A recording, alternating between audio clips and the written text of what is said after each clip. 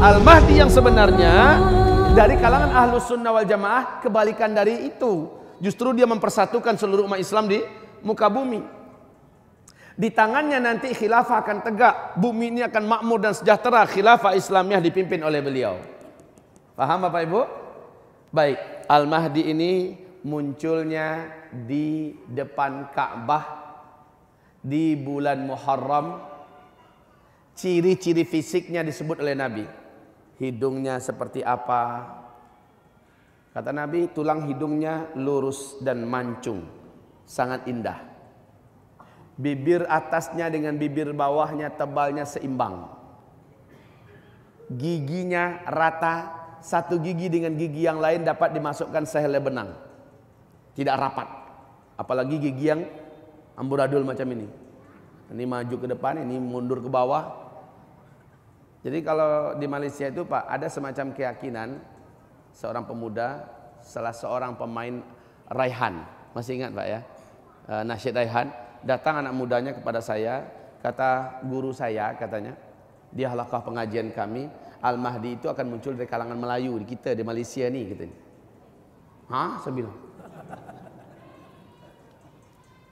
Saya sampaikan ciri-ciri fisik Al-Mahdi itu nggak memenuhi syarat untuk orang kita. Hidung kayak gini mana laku jadi Al-Mahdi. Di hidung aja udah kalah kita. Jidatnya, pipinya, bibirnya, rambutnya, tingginya, warna kulitnya, Masya Allah disebutkan semua. Dan itu ciri-ciri fisik Pak. Sementara kata Rasulullah, ciri-ciri alam yang tidak dapat di karang-karang, kemunculan Al-Mahdi itu ada ciri-ciri alamnya. Nabi mengisyaratkan satu, yaitu apabila jazirah Arab sudah mulai dihujani salju. Karena Al-Mahdi akan muncul di musim salju. Sudah apa belum? Sudah. Allahu Akbar. Berikutnya Al-Mahdi baru akan muncul setelah terjadi huru-hara yang merata di Timur Tengah. Huru-hara di Timur Tengah. Sudah apa belum? Arab Spring. Sampai sekarang masih. Dan terus menuju puncaknya, ya. Dan yang lebih spesifik di dalam beberapa hadis tentang kemunculan Al-Mahdi, terjadi fitnah di negeri Syam. Fitnah Syam. Apa itu Syam? Syria, Palestina, Lebanon, Yordania, ini Syam. Kaum muslimin, fitnah yang dimaksud di sini adalah pembantaian, pembunuhan, peperangan, pembantaian, pembunuhan, peperangan, pembantaian, pembunuhan, penyiksaan, penghancuran dan segala macamnya. Dan ini terjadi hari ini di Syam, betul tidak? Apalagi hari ini Pak, Suriah dengan puncak Syam itu adalah Palestina sedang membara dalam fitnah. Dan ini adalah isyarat yang tidak dapat untuk dipungkiri bahwa kemunculan sosok Al-Mahdi ini sudah sangat dekat. Ingat ya, kalau Al-Mahdi sudah keluar, maka pertanda Dajjal pasti akan hadir. Kemudian berikutnya kaum muslimin, kemunculan Al-Mahdi ini ditandai dengan wafatnya seorang raja yang menguasai dan memimpin Mekah dan Madinah. Berarti Raja Arab Saudi berarti ya. Wafatnya seorang raja yang memimpin kerajaan Saudi Arabia. Di belakangnya ada 3 putra mahkota yang nanti akan saling bertelagah, akan saling berkelahi, akan saling bunuh-membunuh, jatuh-menjatuhkan sesama mereka. Kata Rasul, tidak seorang pun di antara mereka yang benar-benar akan memimpin dan menguasai Mekah dan Madinah. Karena Al-Mahdilah yang akan mengambil tampuk kekuasaan itu. Jadi ciri khasnya wafat dulu seorang raja, yang raja ini memimpin Mekah dan Madinah, 3 orang putra mahkota setelahnya akan saling yaktatilu inda kanzikum thalathatun min abna'il khalifah. Ketahuilah Raja Abdul Aziz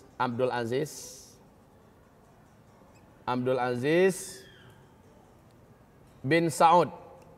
Abdul Aziz bin Saud ini punya banyak istri Pak. Dari sekian banyak istrinya, 4 orang yang dijadikan permaisuri resmi kerajaan. Dari 4 orang ini lahirlah banyak anak laki-laki dan anak perempuan. Anak laki-lakinya jumlahnya 12 orang. 1, 2, 3, 4, 5, 6, 7, 8, 9, 10, 11, 12. Kaum muslimin, syarat Raja Abdul Aziz memberikan syarat yang akan menjadi raja sepeninggal saya tidak boleh level cucu. Selama anak-anak putra mahkota masih hidup harus mereka berganti-gantian. Jadi yang paling tua dia memimpin dulu. Kalau meninggal langsung digantikan oleh saudaranya walaupun lain ibu, oleh putra mahkota yang lain. Kalau meninggal digantikan oleh yang lain. Nah sekarang mulai kita hitung dari Faisal, Pangeran Faisal. Pangeran Faisal menjadi Raja Faisal. Beliau dibunuh oleh keponakan kandungnya sendiri baru pulang dari Amerika Serikat dengan cara ditembak dari jarak 3 meter. Meninggal.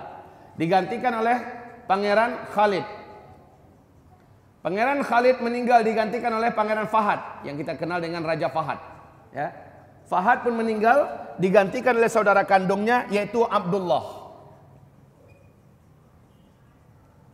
Abdullah pada tahun 2008 divonis oleh dokter-dokter ahli seluruh dunia, beliau sudah dianggap mati secara medis. Sebab apa? Sebab organ-organ tubuhnya bagian dalam sudah cangkokan semua, Pak. Udah nggak asli lagi. Kemudian terlalu banyak penyakit berat yang diidapnya. Nah, sejak tahun 2008 Pangeran Abdullah membaiat 3 putra mahkota di belakangnya. Maknanya kalau saya meninggal maka yang langsung menjadi raja adalah Pangeran Sultan. Jika Pangeran Sultan meninggal langsung menjadi raja Pangeran Nayef. Jika Pangeran Nayef meninggal langsung yang menjadi raja Pangeran Salman. Sudah nih 3 orang ini dibaiat oleh Pangeran Abdullah. Tahukah Bapak Ibu? Ternyata umurnya panjang nih Abdullah. Saudaranya Pangeran Sultan meninggal dunia pada tahun 2011. Memang udah sepuh-sepuh semua nih Pak.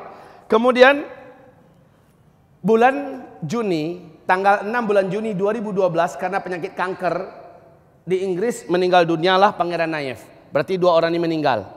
Nah, yang sudah terbaiat Salman seorang yang masih hidup. Di samping Salman, ini adalah Pangeran Tolal. Tolal, bukan tolol. Dan ini adalah Pangeran Mukrin. Nah ini Pangeran Mukrin. Jadi ini sudah meninggal, ini meninggal. Yang tersisa cuma 3 orang. Ini masih hidup. Coba lihat, ini masih hidup. Perhatikan baik-baik hadis tadi di atas. Yaqtatilu inda kanzikum thalathatun min abna'il khalifah.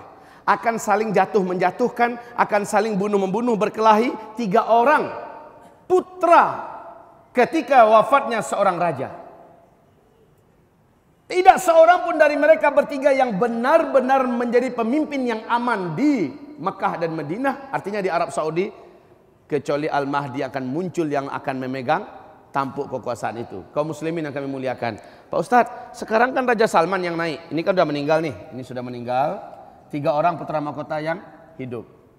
Salman yang naik. Tahukah Bapak Ibu, dengar nggak berita perkembangan? Salman ini sebenarnya tidak disukai oleh Abdullah. Sebab apa? Tidak pula oleh anggota-anggota kerajaan yang lain. Sebab apa Salman tidak disukai? Salmanlah di antara putra mahkota yang paling taat. Dia hafiz Al-Quran 30 juz. Menjaga sholat berjamaah 5 waktu dan tidak mau menyia-nyiakan sholat berjamaah di masjid. Anti terhadap apapun jenis dosa dan maksiat. Pangeran Salman, pangeran yang sangat menjaga kesucian dan kehormatan Islam. Dia berprinsip dan dia salah satu kader Ikhwanul Muslimin. Binaan dari sejak remajanya sudah dikader oleh Ikhwanul Muslimin. Tahu tidak Bapak Ibu, jabatan tertingginya semasa dia masih menjabat hanya menjadi gubernur untuk kota Riyadh. Yang lain-lain diangkat jadi menteri, diangkat jadi ini. Dia hanya jadi gubernur. Memang betul dia anak tirikan. Tapi dia pangeran resmi, sah kerajaan. Saat meninggal dunia, secara singkatnya beliau menjabat menjadi raja. Walaupun ada makar supaya beliau tidak jadi naik. Tapi Allah pun punya makar, dia naik Pak. Kerjaan pertamanya adalah seluruh tawanan-tawanan bawah tanah dari kalangan para pemuda, orang-orang kaya, ulama-ulama yang dulu berani mengkritik kerajaan, yang dulu berani membantu Syria, perjuangan dan jihad di Syria, seluruh mereka yang ditawan ini dibebaskannya semua. Kerjaan yang kedua beliau, semua gaji orang-orang kerajaan di Arab Saudi dinaikkannya 2 kali lipat. Yang ketiga oleh Raja Salman, orang-orang yang banyak bermasalah di kerajaan dan membuat malu Islam dan kaum muslimin dicopot dari jabatannya Pak. Siapapun dia, mau jenderal, mau apa semuanya dicopot, mau menteri-menteri dicopot. Bahkan nggak tanggung-tanggung kaum muslimin. Pangeran Tolal resmi dikeluarkan dari anggota kerajaan oleh beliau. Pangeran Tolal. Bukan hanya masalah wewenang dan hak beliau sebagai calon raja berikutnya saja yang sudah dicopot, bahkan dia dari anggota kerajaan dibuang. Padahal Pangeran Tolal ini Pak terkenal di seluruh dunia, termasuk orang yang terkaya di dunia. Apalagi anak kandungnya Al-Walid bin Tolal. Itu orang terkaya nomor 5 di dunia. Baik Bapak Ibu, hak beliau menjadi raja berikutnya sudah dihapus oleh Raja Salman. Kenapa? Apa salahnya Tolal? Tidak ada dunia yang tidak mengenal sepak terjang Tolal selama ini. Sepak terjang Tolal selama ini adalah mempermalukan Islam, buat maksiat kemana-mana dan menyebar dosa di mana-mana, mempermalukan Arab, mempermalukan Islam. Maka Salman tidak ingin yang menjadi raja berikutnya adalah karena dia berkuasa, dia buang dari kerajaan. Anaknya Pak, orang terkaya dunia nomor 5, Al-Walid bin Tolal, yang sekarang membangun gedung tertinggi di dunia di Jeddah, 1,2 km itu anak kandungnya Tolal ini, Al-Walid bin Tolal. Sementara Pangeran Mukrin sendiri masih hidup nih, Pangeran Mukrin sekarang, hak dia untuk menjadi raja sudah dihapus selama-lamanya oleh Raja Salman. Lah kenapa? Salman sudah membaiat putra kandung Nayef, Pangeran Nayef almarhum, yaitu Muhammad bin Nayef.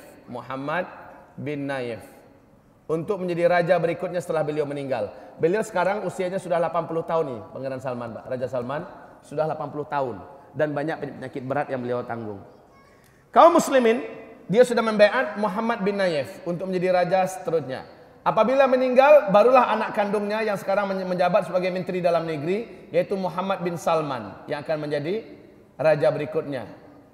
Dan 2 orang laki-laki ini adalah pemuda-pemuda yang soleh dan taat. Dibaiat Pak.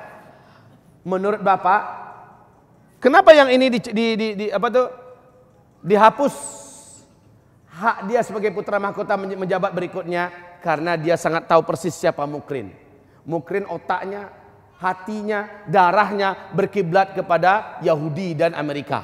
Sementara dia anti terhadap Amerika, anti terhadap Yahudi, bahkan sudah bersumpah akan ikut memerdekakan Palestina dan Al-Quds dari kejahatan Israel. Apabila Yaman selesai, dia akan komandoi seluruh negara-negara Teluk hari ini untuk memerdekakan Palestina dan membebaskan Al-Aqsa. Masya Allah, berani betul ya Raja Salman. Nah, menurut Bapak Ibu, dengan apa yang dilakukan oleh Salman ini, beliau kira-kira akan panjang nggak umurnya nih? Hah? Di samping itu yang 2 ini akan diam nggak? Ini pasti rame Pak, pasti rame. Bapak akan dengarkan. Saya sudah mulai mendengarkan kabar betapa banyaknya upaya-upaya membunuh beliau dari dalam, dengan cara meracuni makanannya, dengan cara mendekat kepadanya supaya bisa menembaknya dan segala macamnya. Bapak Ibu, ada upaya-upaya membunuh beliau sekarang ini, Raja Salman ini. Di tangannya Arab sekarang tidak bisa lagi diatur oleh PBB. Di tangannya Arab hari ini, termasuk Kuwaitnya, Qatar dan segala macamnya, sudah mempunyai kewibawaan sendiri Pak. Seluruh dunia, para ulama-ulama sedunia mengirimkan surat kepada Raja Salman, kami mencintai engkau, kami mendukung semua kebijakan-kebijakan engkau. Tayyip Erdogan menganggap dia adalah manusia yang pantas untuk dimuliakan pada abad ini. Bapak lihat di TV bagaimana 50 pemimpin negara dunia ketika mengadakan perundingan, lalu orang-orang mempersilahkan Barack Obama untuk berjalan di depan, ditahan oleh Tayyip Erdogan. Dia persilahkan Raja Salman duluan. Dunia menyaksikan Tayyip Erdogan ditahannya Pak. Ambil Raja Salman dipersilahkan. Majulah kamu duluan. Tuan, jalanlah duluan. Subhanallah kaum muslimin. Bagaimana kita melihat Tayyip Erdogan begitu berwibawanya dia di hadapan Barack Obama, tapi di hadapan Salman dia merendahkan diri. Sebab apa? Dia tahu kapasitas Salman ini. Kaum muslimin yang kami muliakan, orang macam ini biasanya tidak akan lama umurnya. Wallahu a'lam. Baik kaum muslimin, intinya 3 orang ini hidup dan inilah dia wafatnya seorang raja yang memimpin Mekah dan Madinah, dan di belakangnya ada 3 putra mahkota yang saling bertelagah sesama mereka. 1 tahun ini silahkan lihat. 1 tahun ini, ingat kata saya, 1 tahun ini ke depan sampai musim haji yang akan datang, apa yang akan terjadi di Arab Saudi. Kita sama-sama dengar Pak. Kita tidak menginginkan Raja Salman ini dibunuh. Kita tidak menginginkan ada terjadi keributan dan perang saudara di Arab Saudi. Tapi dengarkan saja, 1 tahun ini. Bila itu terjadi, pertanda Al-Mahdi akan lepas. Al-Mahdi akan muncul. Karena Nabi mengatakan ya setelah ini, yaitu terjadi setelah wafatnya raja ini, mengeringnya sungai Efrat. Di Timur Tengah Pak, Bu, sungai yang paling gadang itu, yang paling besar itu ada 3. Nil, Efrat, dan sungai Tigris. Rasulullah bersabda, la taqumus sa'ah hatta yahsiral furat. Di hadis ini ada nampak nanti di dalam kitab ini, hadis-hadisnya sahih. Tidaklah terjadi kiamat sampai sungai Efrat mengering. Apabila sungai Efrat sudah mengering, nanti akan tersingkaplah gunung emas dari dalam perut bumi Irak. Sungai Efrat itu di mana? Di Irak. Apabila sungai ini sudah mengering, pertanda kiamat sudah dekat. Dan nanti gunung emas akan muncul dari dalam perut bumi Irak, di bawah lintasan sungai Efrat. Ketahuilah hamba-hamba Allah, George Walker Bush. Siapa yang dimakhluk? Mantan Presiden Amerika Serikat sebelum digantikan oleh Barack Obama. Di Gedung Putih berapi-api dia menyampaikan dengan penuh semangat, satelit kita telah menangkap adanya potensi emas yang sangat besar di Irak. Bagaimanapun juga Amerika Serikat selaku polisi dunia akan mengamankan emas ini dari tangan-tangan jahil yang tidak bertanggung jawab. Yang jahil itu siapa? Yang tangan-tangan jahil tidak bertanggung jawab itu siapa? Mereka kaum muslimin. Wah, kami akan amankan emas itu katanya sebagai polisi dunia.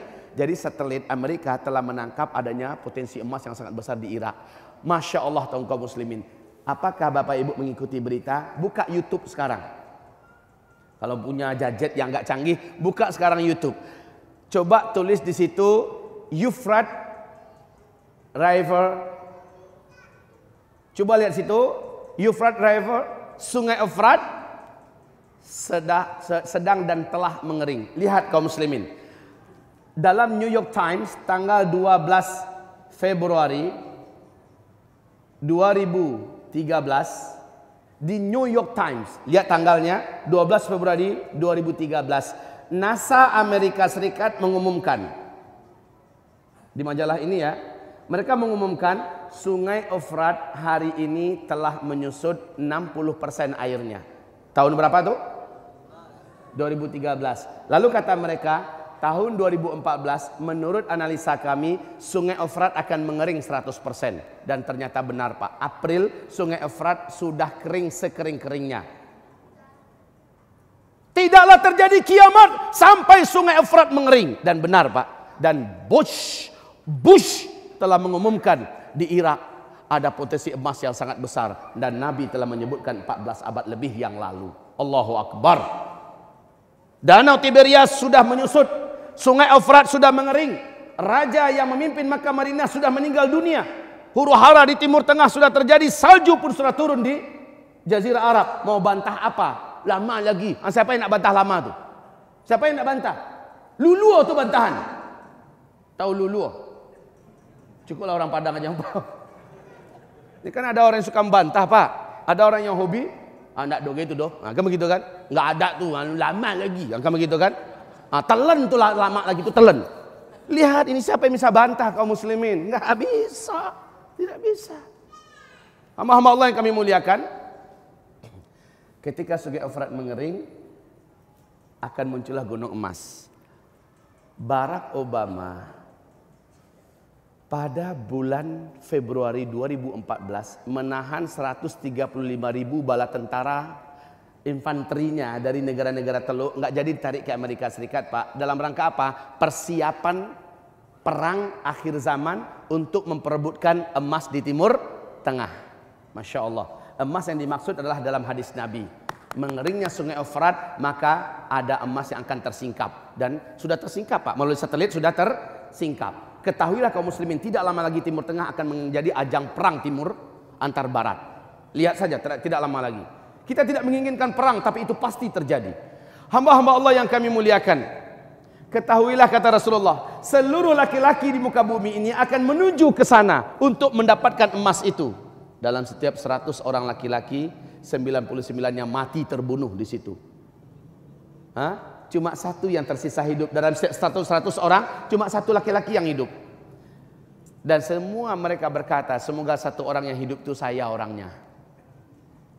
Disinilah kita faham salah satu penyebab kematian global kaum lelaki di muka bumi ini adalah perang. Perang. Tapi Nabi berharap dalam sebuah hadisnya Nabi mengatakan, janganlah ada di antara umatku yang ikut terjebak dalam peperangan memperebutkan emas itu. Ini harapan Nabi kepada umatnya. Nah, kaum muslimin yang kami muliakan, selanjutnya apa lagi yang terjadi?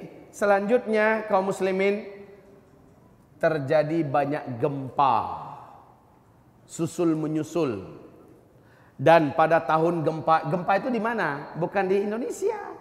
Gempa ini terjadinya di Arab Saudi, di Jazirah Arab. Susul menyusul dalam satu tahun itu terlalu banyak musibah. Nah, Bapak Ibu lihat, musibah demi musibah dalam satu tahun itu terjadi di Jazirah Arab, khususnya di Arab Saudi. Untuk haji yang kemarin, musim haji kemarin, terlalu banyak musibah nggak kira-kira, Pak? Di musim haji kemarin apa yang terjadi, Pak? Lihat, terjadinya badai gurun yang membuat gelap di siang hari bolong Arab Saudi. Airport menjadi gelap, semacam gelap gulitanya malam. Masya Allah. Kemudian di musim haji kemarin juga, bulan Zulhijjah masih, ya, terjadi hujan yang sangat lebat. Sampai-sampai pekarangan tawaf itu airnya sampai ke betis. Lalu petir yang sangat besar menyambar-nyambar sehingga satu kren menjadi patah. Dan ratusan yang meninggal dunia. Ini musibah kaum muslimin. Kemudian masih bulan Zulhijjah musim haji kemarin, satu hotel di Aziziyah terbakar. Walaupun dia ulah orang awak, ulah orang Indonesia, tukang masak, terbakar. Ya musibah, ribuan jamaah harus meninggalkan hotelnya. Di Arafah, beberapa tenda orang-orang Afrika diterjang oleh angin. Dan panas yang sampai 44 derajat Celcius sehingga banyak yang kena heat stroke, Pak, kemarin ini. Mendadak sekali panas di sebegitu tinggi. Lalu di Mina, kita mendengarkan bagaimana tragedi Mina tahun ini menyebabkan ratusan orang meninggal dunia. Dalam satu musim haji begitu banyak musibah. Haji tahun depan lihat saja. Lihat musibah akan lebih banyak berat di Timur Tengah, khususnya di Arab Saudi. Kaum muslimin hamba-hamba Allah yang kami muliakan, Nabi mengisyaratkan wafatnya terlebih dahulu nafsun zakiyah. Jadi ini bencana demi bencana di Arab Saudi, bencana dan musibah-musibah, ya. Standarnya ingat, KSA, Kerajaan Saudi Arabia hari ini, bukan Malaysia, bukan Singapura, bukan Indonesia, bukan Thailand, bukan Filipina, bukan Afrika, bukan Amerika, bukan Eropa. Standarnya adalah Arab standarnya. Jadi hadis-hadis yang disebutkan Nabi itu standarnya adalah Arab dulu. Kalau di Arab sudah terjadi, maka sudah mewakili semua tanda-tanda akhir zaman yang ada di dunia. Indonesia akan merasakan rembesannya nanti insya Allah. Bencana-bencana musim-musibah di KSA ini terjadi sudah mulai, Pak. Nabi mengatakan, lihat nanti dalam hadis ini, di kitab ini, zikir akhir zaman. Di sini Nabi menguraikan tentang sebuah hadis dari Sahih Bukhari, Sahih Muslim. sayati 'alan nasi zaman alladzi ba'dahu syarrun minhu hatta talqau rabbakum. Akan datang kepada manusia nanti suatu zaman, orang yang hidup pada zaman itu, orang yang hidup pada zaman itu akan mendapati hari-harinya lebih buruk daripada hari sebelumnya, hari esok lebih buruk daripada hari ini. Dan betul Pak, ini zaman kita, zaman yang maksud Nabi. Coba lihat secara perekonomian, mana yang lebih berat ekonomi tahun yang lalu dengan ekonomi tahun sekarang? Mana yang lebih hebat bencana asap tahun lalu dengan tahun sekarang? Hah? Mana yang lebih jatuh moral generasi kita selepas UIN, setelah UN, selepas ujian negara tahun lalu atau tahun sekarang? Mana yang lebih parah kondisi politik di negeri kita tahun lalu atau tahun sekarang? Intinya kaum muslimin, apa yang terjadi di tahun yang akan datang lebih berat daripada tahun ini. Begitu juga di Arab Saudi khususnya. Maka kita akan lihat musim-musim haji kemarin ini sangat berat bagi kaum muslimin Pak. Musim haji tahun depan akan jauh lebih berat daripada yang kemarin. Apa yang terjadi? Jawabannya adalah entah. Kita lihat nanti apa yang akan terjadi, tapi pasti lebih berat daripada sekarang. Kita sedang ada di zaman yang penuh fitnah. Kaum muslimin, Nabi mengatakan terbunuhnya nafsun zakiyah. Ciri Al-Mahdi akan keluar, terbunuhnya nafsun zakiyah.